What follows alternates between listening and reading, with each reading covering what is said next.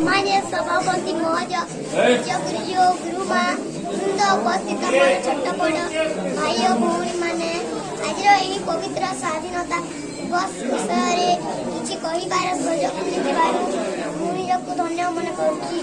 आज हूँ अगस्ट मास 15 तारीख आम देशर 77तम स्वाधीनता दिवस 1947 मसीहा अगस्ट मास 15 तारीख दिन आम देश स्वाधीन होता।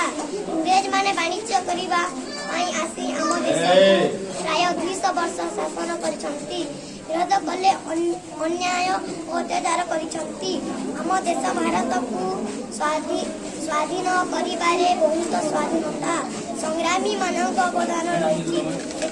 सुभाष चंद्र बोस, महात्मा गांधी, रानी लक्ष्मीबाई, सरदार वल्लभ भाई पटेल एमती वीर पुत्र मानकर अवदान रही। आम देशर वीर पुत्र मानकर त्याग और बलिदान को स्मरण रूपे पालन कर आसुछु। आमे समस्ते आमर जन्ममाटी भारत मार सदा सर्वदा सम्मान रक्षा करबा उचित। आमे समस्ते भारतीय बोली को गर्व करबा उचित। मु एतिकी कही मोर वक्तव्य शेष करछि। जय हिंद।